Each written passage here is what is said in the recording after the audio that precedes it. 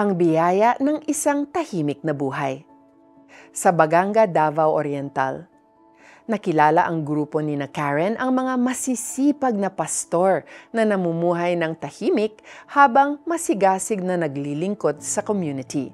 Kahit walang sweldo at malaking suportang natatanggap, mababaka sa kanilang mga muka ang kagalakan. Sila ang mga pastor na naging partner ng Operation Blessing sa mga humanitarian missions para sa ating mga kababayan. Masasabi nating low-key living sina pastor. Walang social media presence, no likes and no followers. They're just simply living peaceful lives.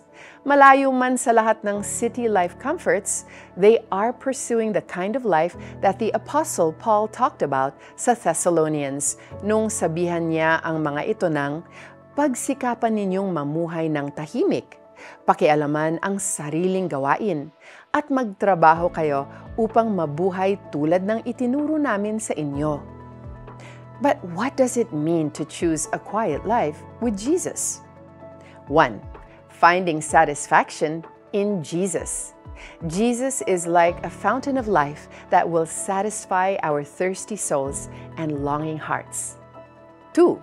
Experiencing a fruitful life with contentment. Jesus can make our lives purposeful and fruitful and will provide us with contentment as we follow Him. 3. Having a humble and faithful heart. The world is pursuing an Instagram-worthy life, but the will of Jesus is for us to live a life worthy of His praise. Kung puso mo'y naghahanap ng katahimikan, bukas ang pinto ni Jesus para sa'yo. Hinihintay ka niya. You can start today and He will give you the grace to unload everything that weighs you down. With Jesus, you can live a quiet life in the midst of all the chaos. Magdasal tayo. Lord, You are the only one who can give me peace. Help me to live a quiet life and help my heart to grow in humility and contentment. In Your name I pray. Amen. Ito ang mga suggestions ko kung paano mo maa-apply ang ating devotional today. After working, log out from your social media accounts and use the remaining time of the day for the Lord, for your loved ones, and yourself.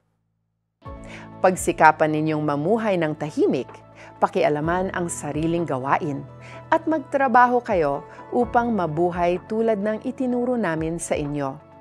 1 Thessalonians 4:11. Thank you for joining me on Tanglaw. Ako si Joyce Titular.